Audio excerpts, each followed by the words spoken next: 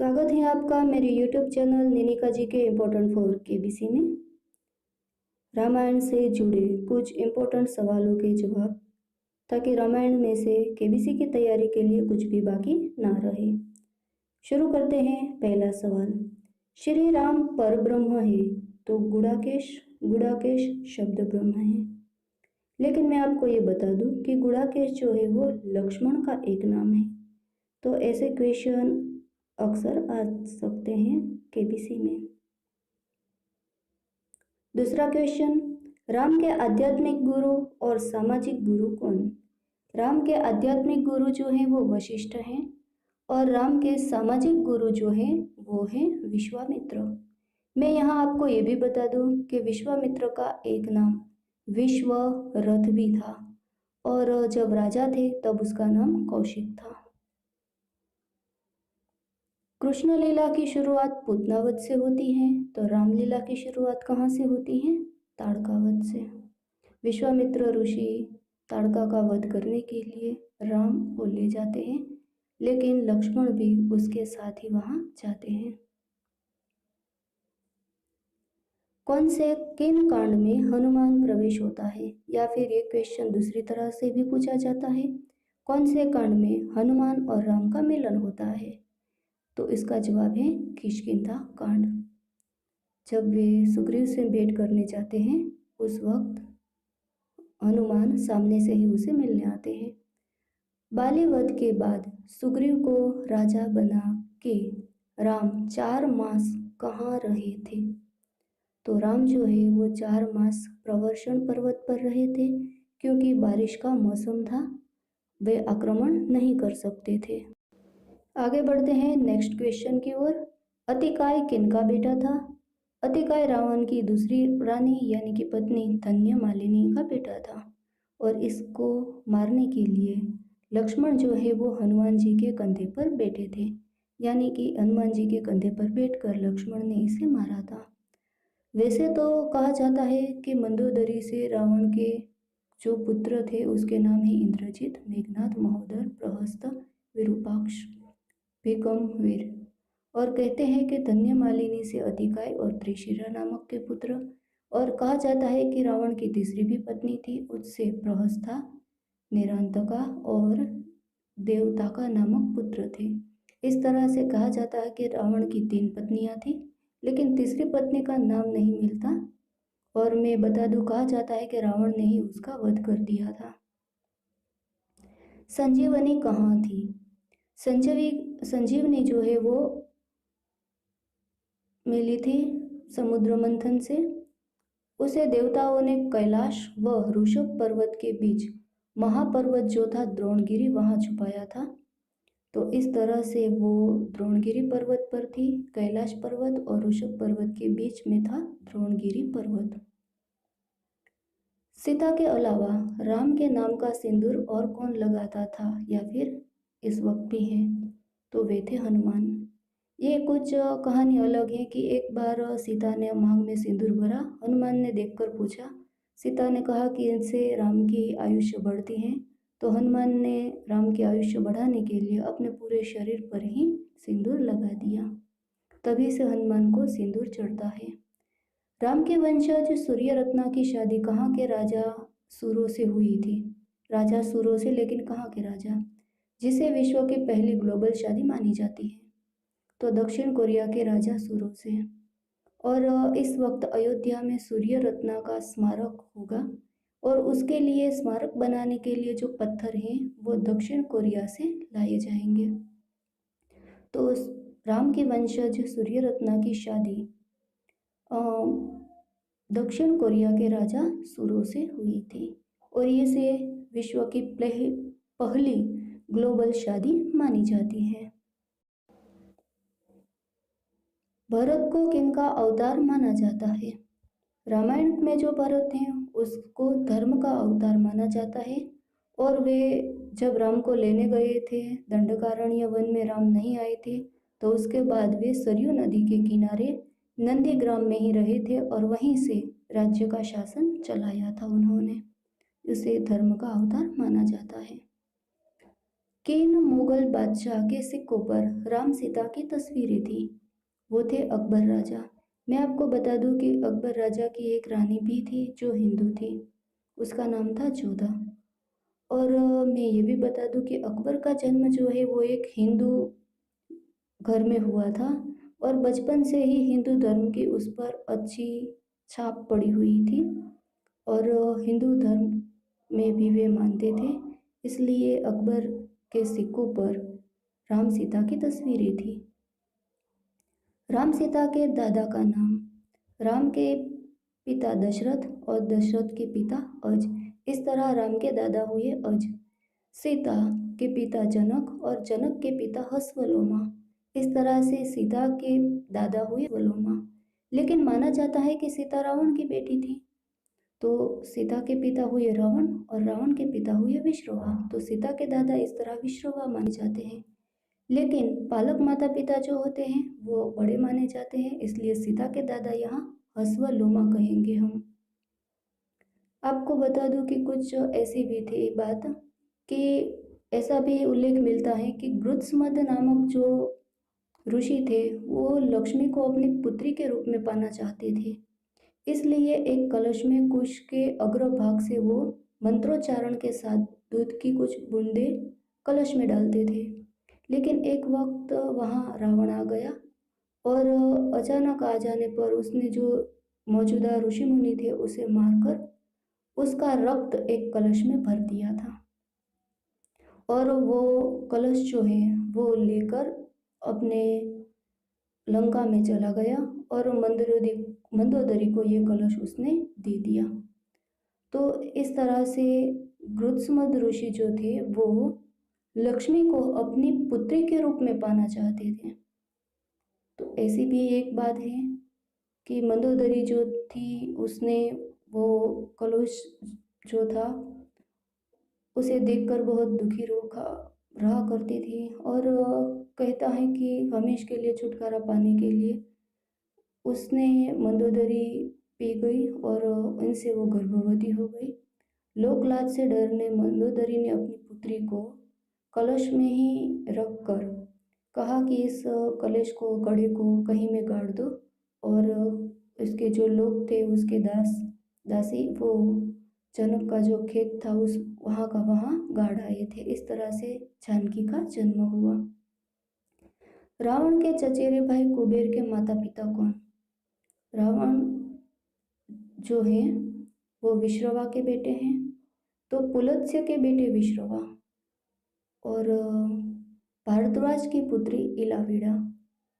तो विश्रवा और इलाविडा के पुत्र हुए कुबेर। वाल्मीकि आश्रम में सीता कौन सा नाम धारण करके रही थी? वाल्मीकि आश्रम में सीता वन देवी का नाम धारण करके रही थी क्योंकि उसने अपने नाम को भी छुपा दिया था।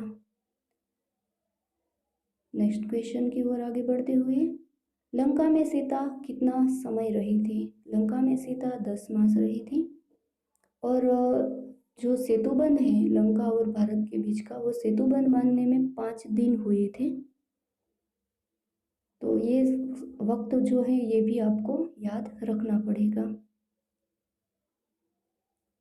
वनों में तीनों पर पहला हमला किसने किया? जब वे वन में जा रहे थे तब जब वे शर्वंग ऋषि के आश्रम में जा रहे थे तब राम लक्ष्मण व सीता पर पहला हमला विराट ने किया था।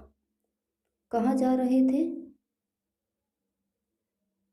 शर्वंग ऋषि के आश्रम। पहले विराट ने हमला किया, विराट को मारकर बाद में वे शर्वंग ऋषि के आश्रम में पहुंचे थे। शूर्पणखा के नाक कहाँ काटी गई? शूर्पणखा जो है रावण की बहन, एक नाम कावली भी और उसके पति का नाम विद्युत जिह्वा पाताल नरेश थे वो, जिसकी हत्या रावण ने कर दी थी। उसकी नाक पंचवटी में गोदावरी तट पर काटी गई थी।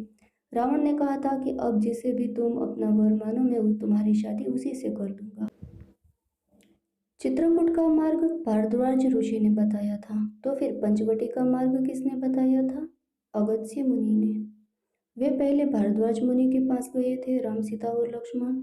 उन्होंने चित्रकूट का मार्ग बताया था। लेकिन इसी चित्रकूट में भरत उससे मिलने आए और उसके पिता का देहांत का उसे समाचार भी मिला था। सबकी याद सताती है वहाँ, तो वे आगे बढ़ गए और पंचवटी का मार्ग अगस्त्य ऋषि ने बताया था। रावण को चंद्रहास खड्ग किसने दिया था? शिव ने दिया था। कब? जब रावण ने कैलाश पर्वत को उठाया था, तब शिव ने अपने अंगूठे को दबाकर राम उसमें दब गया था।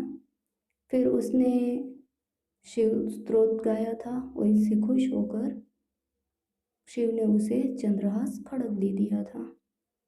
ब्रह्मा ने किन्हें इच्छा मृत्यु का वरदान दिया था? ब्रह्मा ने हनुमान जी को इच्छा मृत्यु का वरदान दिया था। वे जब तक रहना चाहे तब तक रह सकते हैं। कहते हैं कि आज भी जहाँ जहाँ राम कथा होती है वहाँ हनुमान होते ही है किसी न किसी रूप में। वाल्मीकि ने रामायण किन दिशा में अपना मुंह रख के रची थी? तो वाल्मीकि ने जो रामायण है वो अनुष्टुप छंद में रची थी और पूर्व दिशा में अपना मुंह रखकर। ये बहुत ही इंपॉर्टेंट क्वेश्चन बन जाता है, कौन सी दिशा में वो अपना मुंह रखकर रामायण रची थी। अच्छे धनराशि में ऐसे क्वेश्चन आ सकते हैं। अतिथि के दादा कौन? तो वो है राम।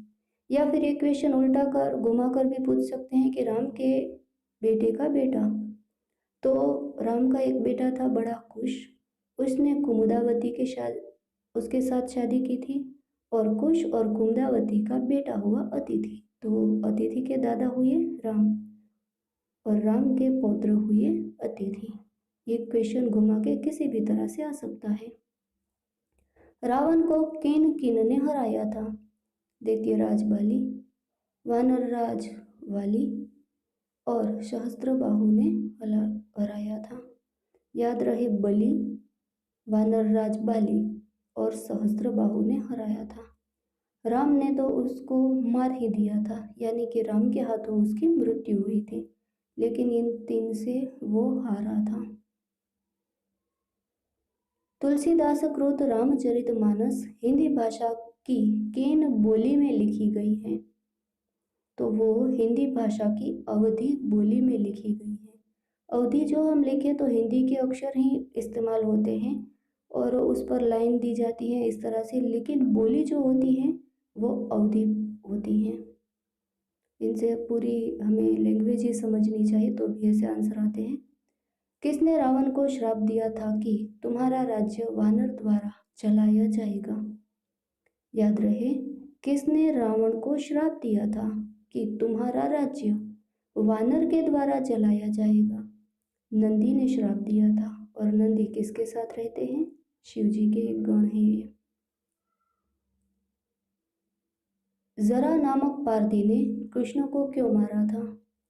क्योंकि जो विष्णु के 7वें अवतार थे राम ने छुपकर बाली को मारा था। ने आगे के जो अवतार में राम हुए कृष्ण और बाली हुए जरा, तो 8वें अवतार में कृष्ण अवतार में जरा ने बाली को यानी कि कृष्ण को मारा था। इस तरह से राम ने बाली को मारा, जरा ने कृष्ण को मारा। कृष्ण का हृदय किन मूर्ति में है ऐसा माना जाता है? कहता है कि कृष्ण को जब जरा ने मारा उसे अंतिम संस्कार दिया, उसका शरीर जला लेकिन हृदय नहीं जला था। और हृदय जो है कहते हैं कि राजा इंद्रद्युम्न ने जगन्नाथ की मूर्ति जब थी उसमें रख दिया। तो कहते हैं कि जगन्नाथपुरी जो इस वक्त उड़ीसा में मंदिर है बड़ा जगन्नाथपुरी का मंदिर, माना जाता है कि वहाँ की मूर्ति में कृष्ण का हृदय जो है वो भी इस वक्त भी है। तो ऐसी कुछ मान्यता है। संपत्ति और जटायु के दादा कौन? तो वो है कश्यप मुनि। कश्यप मुनि जो है उसके 2 बेटे थे, करुण जो विष्णु की सेवा में चला गया और फिर उसका दूसरा बेटा था अरुण जो सूर्यदेव की सेवा में चला गया। अब अरुण के 2 बेटे संपत्ति और जटायु। इस तरह से संपत्ति व जटायु के पिता अरुण और अरुण के पिता हुए कश्यप मुनि और ये दोनों संपत्ति और जटायु सगे भाई हुए। शनि के माता पिता कौन? जब हनुमान जी वहां गए थे लंका में तब शनि और यम को उसने छुड़ाया था। तो शनि के माता पिता छाया और सूर्य, माता छाया पिता सूर्य, भाई यम, बहन यमुना, गुरु शिव, दोस्त राहु और केतु, परम मित्र हनुमान माने जाते हैं। और वाहन जो है उसका कौवा और गीधे, आयुध गदा, धनुष व त्रिशूल, और उसका तीर्थ धाम जो है वो है शनि शिंगणापुर। कहते हैं कि वहाँ कोई लोग ताला नहीं लगाते। वहाँ की जो बैंक है उसमें भी ताले लगाने से इनकार कर दिया था वहाँ के लोगों ने। फिर बैंक के जो कर्मचारी थे उन्होंने 2 इंसान रखे थे कि कोई वहाँ लूटपाट ना कर दे, लेकिन अब तो वो भी नहीं है। वहाँ ताला लग कोई अपने घर में ताले नहीं लगाते, सिर्फ थोड़ा सा पर्दा गिराते हैं। तो शनि की भी मैंने आपको पूरी जानकारी दे दी। उत्तर रामायण किन किन किन लोगों ने किन किन भाषा में लिखी है? वाल्मीकि ने संस्कृत में लिखी है, कबंध ऋषि ने तमिल भाषा में लिखी है और उरिश्रुवा ऋषि ने मलयालम भाषा में लिखी है। याद रहे ये उत्तर रामायण की बात है, जब राम वापस आ गए सीता को लेकर लंका से अयोध्या में, उसके बाद उत्तर रामायण की बात है ये। विष्णु का पहला अवतार जो है मत्स्य है, तो फिर विष्णु का दूसरा अवतार कौन? याद रहे विष्णु जो है उसे दशावतार भी कहते हैं और रावण को दशानन कहते हैं। दशरथ दशों दिशाओं में रथ चला सकते हैं इसलिए उसका नाम पड़ा दशरथ। तो यहाँ विष्णु का पहला अवतार मत्स्य, दूसरा कूर्मा, तीसरा वराह, चौथा नरसिंह, पांचवा वामन, छठा परशुराम, सातवां राम, आठवां कृष्ण, नौवां बुद्ध और 10वां अवतार हो गया कल्कि। तो कूर्मा उसका दूसरा अवतार। फ्रेंड्स, मिलते हैं नेक्स्ट वीडियो।